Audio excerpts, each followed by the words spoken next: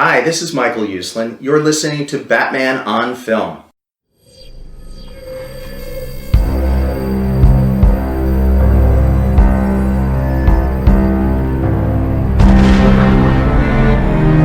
I have given a name to my pain.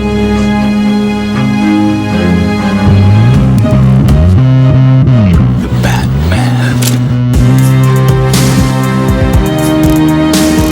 Always waiting for some Batman to save you. It's simple. We kill the Bat of Gotham. I'm Batman.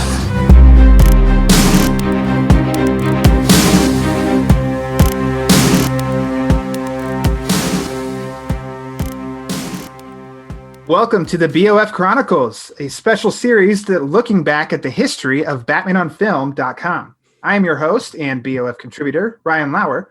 As we anxiously look forward to the release of the next live-action solo Batman movie, we thought it'd be fun to look back at the history of the Dadgum original Batman fan site. This is Chapter 1, BOF Begins. Now, I'm not going to do this in retrospect. I'd like to bring in the man of the hour. It is his show, and it is his site. It is Bill Jet Ramey. Welcome to your own show, Bill.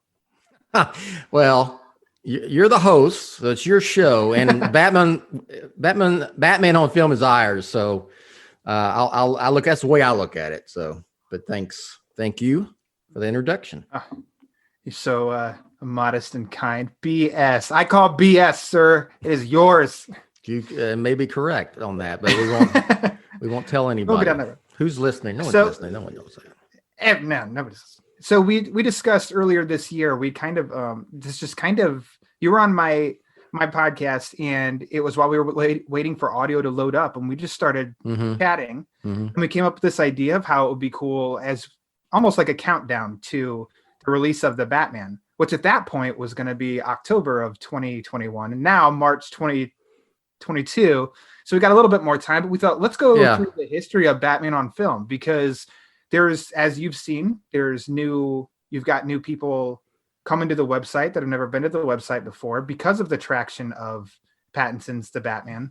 And so we kind of thought, well, that'd be cool if we just kind of hit on the major points, like the beginning of the website, and then up through Batman Begins and Dark Knight Rises, and post Nolan trilogy. So we thought let's get this thing up and running, and let's talk about the beginnings. So let's start right there. If you can kind of tell us, like, what's your Batman story? How'd you get into Batman? Oh my gosh. I don't recall a time in my life when I wasn't a Batman fan. So I am 55, and that means for at least 50 years. And I probably before, because I was born in 65. The 66 series came out in 66, obviously. I don't remember watching it first run, but I remember the reruns, and I know I watched it first run because my mother told me, she put it on when it was on when I was 1, 2, 3, 4. But I remember the movie that came out in 67. No, 60. It came out in 60. Did it come out in 60? Yeah, 66. The 66 movie, and I remember it airing on ABC TV. For the first time. So it probably came out around 60 on TV, probably 68 or 69. So 60, I was 3 or 4 years old. I remember watching that. And I remember reading comic books. I say read. I remember getting comic books and looking at them, helped me learn to read. And eventually I did read them. And that is the genesis of how I became a Batman fan, and I've been a Batman fan my entire life. I've had periods of I was a closet Batman fan, but I've been a full-on public Batman fan since 1989. When that movie came out, everybody was a Batman fan, right? And it was cool to like Batman. Before that, it wasn't too cool to be admitting that I like comic books and I like Batman and all that stuff. So that was a different time. That was the 80s, 70s, and 80s, mostly 80s. But yeah, I'm a Batman fan. I always have been. And that was, let's yeah. zoom in right into that of 89. What was that atmosphere like for a Batman fan and for like general audience members? It was, I've only seen it in person twice. I know it existed in 1966, 67 when the series was out, but I was too young to remember that. But the 89, I remember, I've told this story, wrote about it before. I mean, I used to go to, because I was in college at that point, and I would go to like Walden Books in the mall, and Walden Books sold graphic novels. They sold comic books off the rack, and they also had, they had Comic Scene and Starlog. Those are the two big kind of genre magazines. And it was sometime probably in early 1988. And I was reading the back, and they had like, they would have blurbs about any type of TV or movies, shows based on comics or, sci-fi type stuff. And I remember reading that Michael Keaton had been cast as Batman, and Jack Nicholson had been cast as the Joker in a live action Batman theatrical film. And then the first thing I thought is, Mr. Mom is playing Batman. Oh my God. And I thought it's going to be an update, a take on the 60s series. And then sometime later that year, toward the end of 88, because they had started filming that's weird, especially they started filming that thing like in September, October of 88, and it came out in June of 89. It's wholly different now. But I remember sometime in the later part of the year, saying it was either Starlog or Comic Scene. I remember picking it off at the Walden Books, and they had a picture of Michael Keaton as Batman in the black suit in front of the Batmobile. It was the first time I saw that. And I remember clearly, I said, this ain't going to be a take on the 60 series. And then right after that, around January of 89, they released that sizzle reel. It was a trailer, but it was more of a sizzle reel for Batman 89.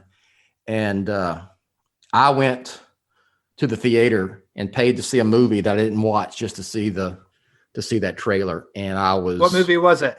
Do you know? I have no idea. I don't even remember. Because I always hear about people paying money just to watch that sizzle trailer. I did it. What the movie is. I don't know what it was.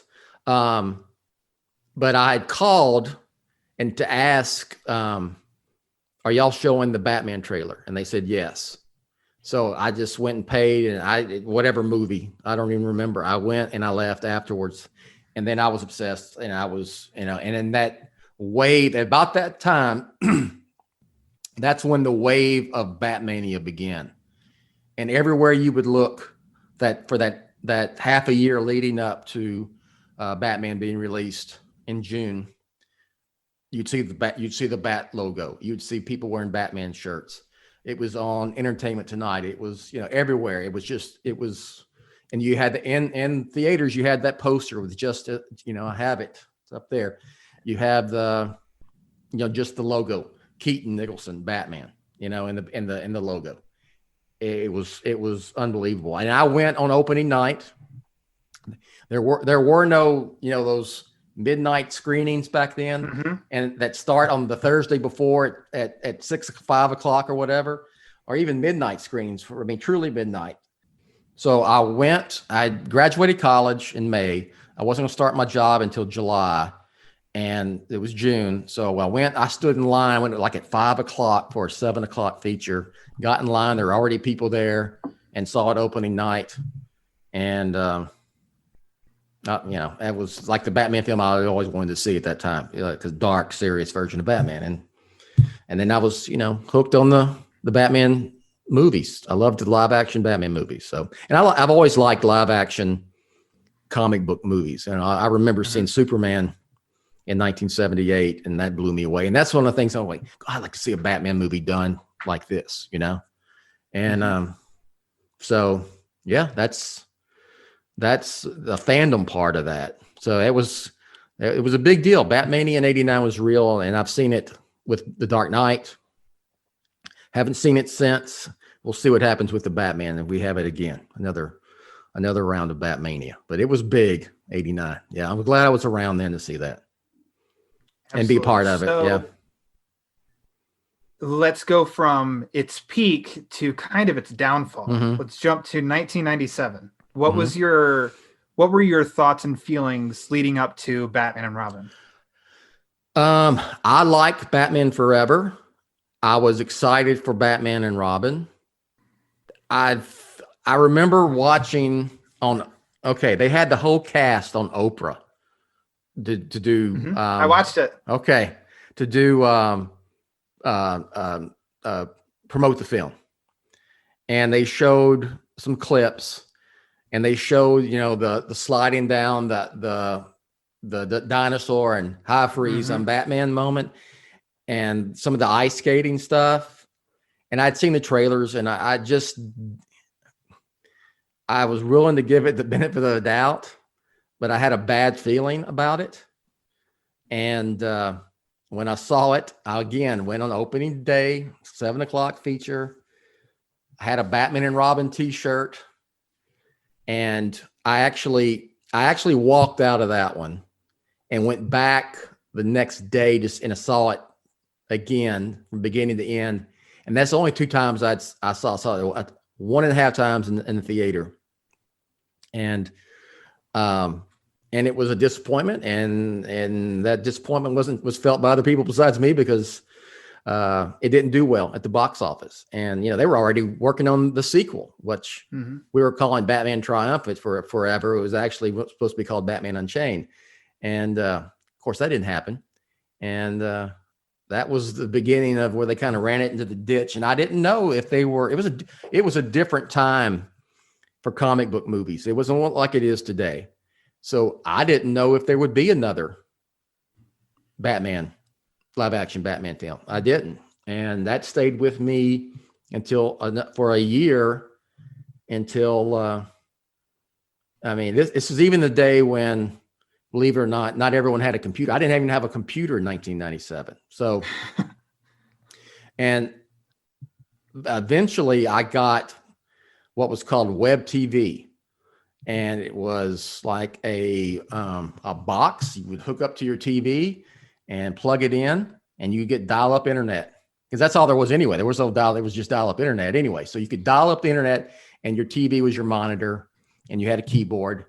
And I found a site where you could create your own websites, and I started a Batman site, basically to campaign for a Batman movie. And it was called Jet D60's Batman 5-page.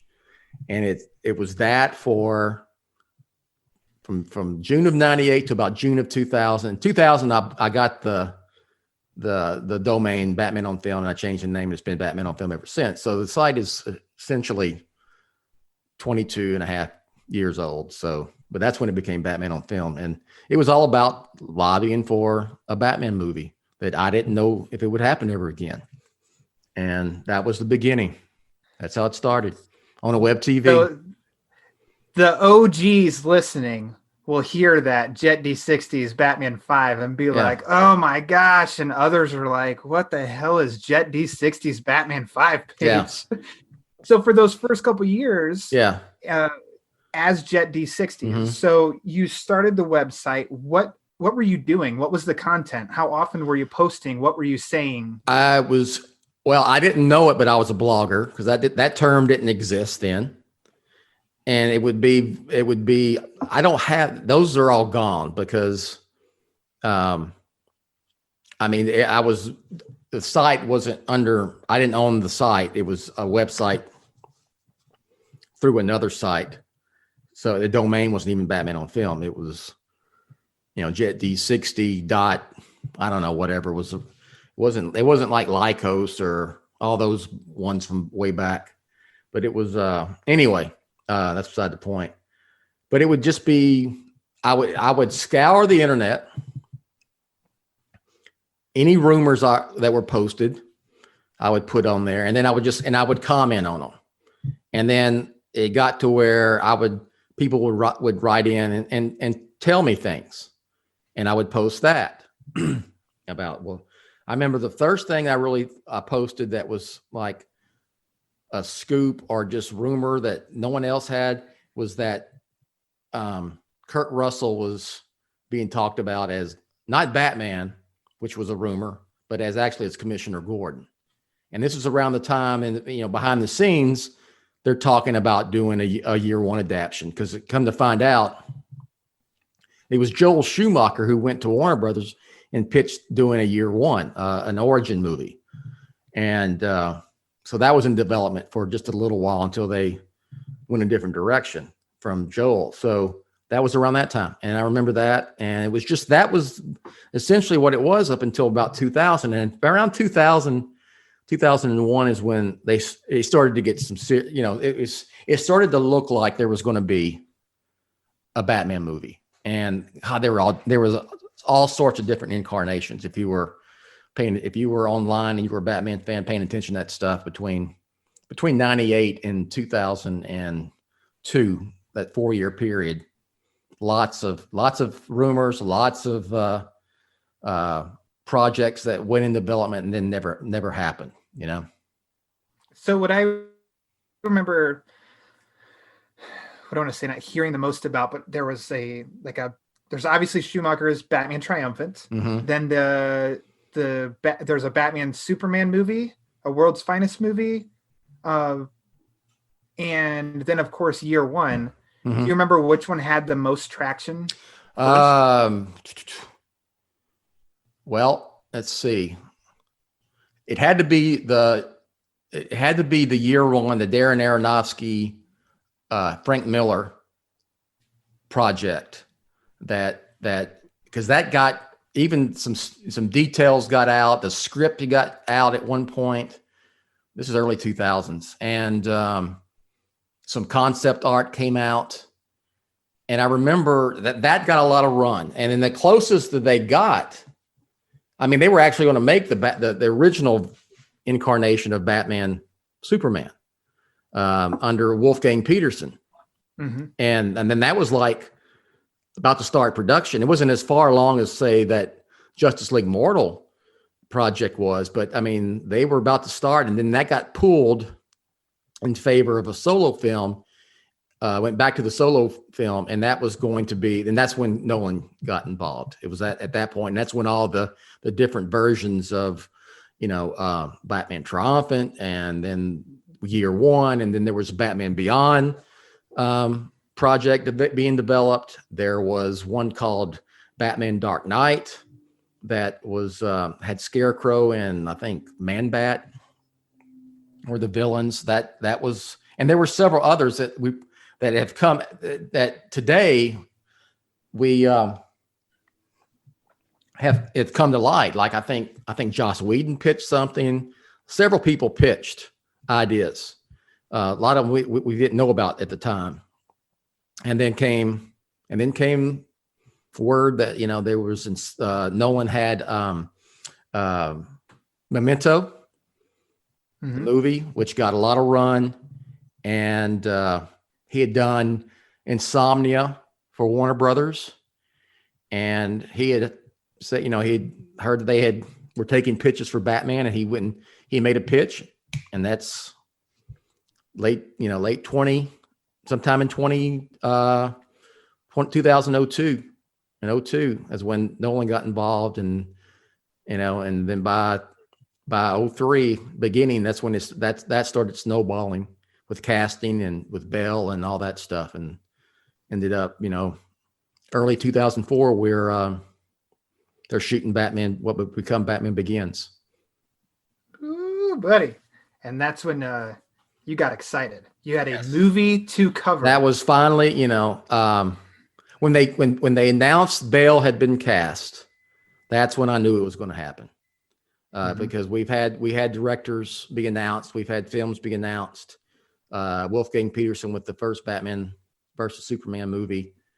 And that was going to happen, and then it got pulled.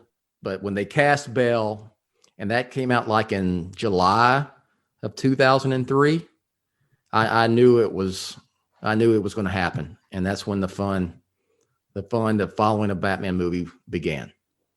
No pun intended. So your earlier days, what was your mindset in running your website? How did you want to run it to be taken seriously? You weren't just trying to like, man yells at clouds. You were a legit Batman fan. Yeah. You knew you wanted another good film. I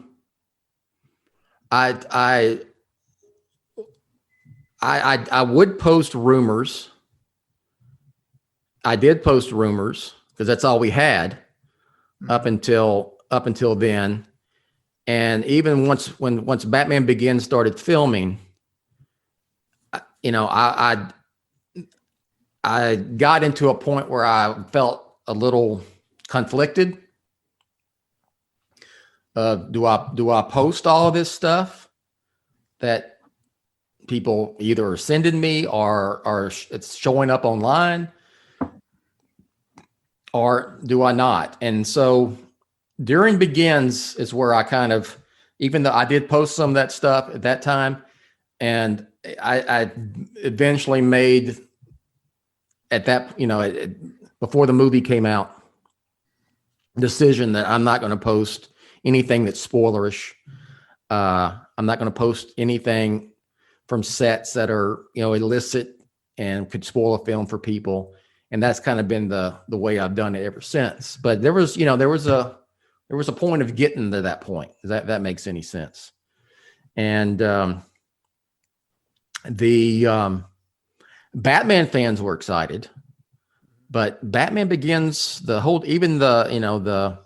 filming and so forth, that was really under the radar. I mean, you're coming off of Batman and Robin. It's not the same as it was today. Again, I mentioned that when it comes to comic book movies. Batman Begins was, as far as the hype and by people, it was no, let's say this, it was no 89, it was no Dark Knight, and it was just under the radar. I mean, everything was under it. I think that was and what's funny is they really pushed that because that's been the only Nolan film that had a Super Bowl spot. Dark Knight didn't have a Super Bowl spot. Rises didn't have a Super Bowl spot. And I think they were just wanting to see what the reaction was, because the reaction at first was, for a lot of people, another Batman film, Mm-hmm. And Batman Begins didn't open up with a bang. It was, ended up being a modest hit because it had a lot of legs. And people came out and said, Batman Begins is awesome. Go see it. So the people would go see it. So that's why it had a long run in theaters, and it had a long run. It had a really great run at home video. And that's what led them to bring us to the Dark Knight. So in the Dark Knight. In those first few years running your Jet D60 and Batman on film. So let's say before Batman Begins was underway, were you getting a lot of interaction from people online? Like reaching out to you, talking to you and such? Yeah. That started that really kicked up around 2002. Once we knew Batman Begins was coming. I had no idea that anybody was even, really reading the site. Mm-hmm. And I remember the day that the first time I heard from anybody at Warner Brothers, and I was actually at the gym and my phone rang and I saw this, number I didn't recognize, but I answered it, and they said, and the guy says, "Hey, this is this Bill?" "Yes." "Hey, this is I know who it was. I just won't mention his name. He actually became a good friend of mine." And he said, "This is so-and-so with Warner Brothers. We will let you know we're going to have a set visit to Batman Begins, and we'd like for you to come." And I was like, in my mind, I'm freaking out, right? Yeah. But you got to play it cool. But I'm playing it cool. I'm playing it cool on my phone. And this is the summer of 2004. like in July. And and I'm like, yeah, and say, okay, we're gonna make this is gonna happen pretty soon. It's gonna be in London, and we'll get back with you and for details. I said, okay, cool. Well, time went on, and I didn't hear anything, and I had to go back to work. I was a coach. We went back early, so I went back to work in like late July. And was that awful? It was. To sit there and not hear from him. Yeah. And they finally contacted me again and said, all right, we're ready to roll. And I'm like, well, I can't go. I mean, I had kind of met a guy online. He became a friend through the site and did things for the site. His name was Paul Wares. And he was from London. And I went, all right, man, you want to go to the set of Batman Begins? Cause I can't go cover that for Batman on Film. And he did. He freaked out. And so that was the first set visit that we did. I didn't get to go to. I'm still bummed about that, but it was just cool for Batman on Film to be asked and to be able to participate. His set visits are in the archive somewhere on Batman on Film. They're good to read, and it's Batman history, Batman on Film history, and Batman history, and then I did go to the premiere, and that was in Los Angeles. So I did go to that junket and premiere, and that blew my mind because I'd never done anything like that before in my life. And I'm in Beverly Hills, and I'm sitting at tables with Christian Bale and Michael Caine and Morgan Freeman and Katie Holmes and Gary Oldman and Christopher Nolan and all these folks. And that was my first time. I learned a lot and gained a lot of experience on how to do that. So I thought that was like a one-off. This was a once in a lifetime. Everything that was ever going to happen to me. I didn't know what lay in store, but that was. I look back and read some of my stuff that I wrote then, and I'm like, oh my God, I was so not good then at this. I'd gotten better over time, I think. And, but that was a great experience, even though I didn't go to the set, but the whole, and then pulling for Begins to do well enough to get a sequel, that's what came afterwards. Cause like I said, it didn't open huge, but it had legs. It was a modest hit, did well in home video. And we did find out the next year in 2006, there was going to be a sequel. It was going to be The Dark Knight. And even found out who the Joker was going to be. I remember that. That's a whole story in itself. I feel like that's a good spot for us to stop for chapter 1 of the BOF Chronicles, because there are some specific stories and questions for your coverage of Batman Begins that I think we can dip deep into. Yeah, that's when the Nolan connection really started, and it stayed there kind of to this day. So I explain that later. So yeah. Very good. I'll take you. Yeah. Good place to end part 1, I believe. Part 1. Well, Bill, thanks for joining in the inaugural episode of your own show. And yes, I am really excited to dip into the Nolan trilogy and your experience, because a lot of us have heard your stories that you've posted in your interviews and stuff. Yeah. But there's a lot of people who haven't. And it'd be just as much fun for you to revisit those as us to hear them straight from the source. So correct. I've got questions. Good. So we'll get it. We'll map this out. Yeah. We've got a few chapters. I think we're going to spread it out as we inch closer to the Batman live action release. So any last words to wrap up this first part? I can't believe it's been almost 23 years since this started. So yeah, I don't know if some people may not realize it, stumble upon Batman on Film now that may not realize I'm one of the last ones left. I mean, I think Ain't It Cool News is still up and running. Dark Horizons, but a lot of the others are no more. And I think that those three are about the only ones who are around in the late 90s. So it's I'm kind of proud to be one of the first of these, movie fan site pioneer type things, you know. So I think it was we'd gotten internet maybe like 2000 at my house, and we had one computer downstairs in the family room, and I kept going to movies.com because that's where I thought all my source was, and they would have links to other places. Yeah. And that's where I found Batman on Film, and I'm like, that's a Batman website. And then I think that was right when the Nolan casting, or not casting, I'm sorry, the Nolan signed on was confirmed. Yeah, because he was before Bale, correct? Yes.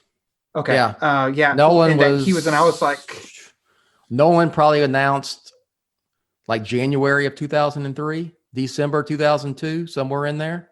Okay. And that's when I was like, oh, this is real. And then I've been at your site ever since. And look at me now, getting to contribute and interview the man himself. So we've come a long way, Bill. Yes, we have come a long way. And there's more to talk about. We'll see where this is going. We're going to go a long way. Lots to talk about for sure. Yeah. So plug. Do you want to plug anything quick before we get out? Well, just check out Batman on Film on the interwebs. Easiest plug. And of course, you can follow me. Follow Batman on Film at Batman on Film on Twitter. Excellent. Ryan, well, I'm Ryan Lauer, and I'm the host of the Batman Book Club podcast. And pending when this drops, I will have just released the latest episode that has Bill Ramey on it, or it will be the day after this releases that I will drop the episode with Bill Ramey, where we cover a Batman Elseworld story called Batman Detective Number 27, written by Bill's friend, Mr. Michael Uslan. It's a great discussion, and go ahead and check that out. Go to Twitter at the Batman BC, and that's where I'll tell you where you can follow podcasts, follow the show when it drops and all that. So there you go. And and Michael will play a role in the history of Batman on Film. So you'll be hearing lots of him in the BOF Chronicles for sure. Can't wait. We've started on this journey, and it's going to be a fun one. So stick around for chapter 2, where Batman Begins. So until next time, we'll be talking to you soon. You have been listening to the official podcast of the one and only Batman on Film website. On Twitter, follow BOF at Batman on Film and the Batman Podcast Network at BatPod Network. For Jet and everyone at Batman on Film, I'm announcer Rachel. Thanks for listening to the authoritative, definitive, the original Batman on Film.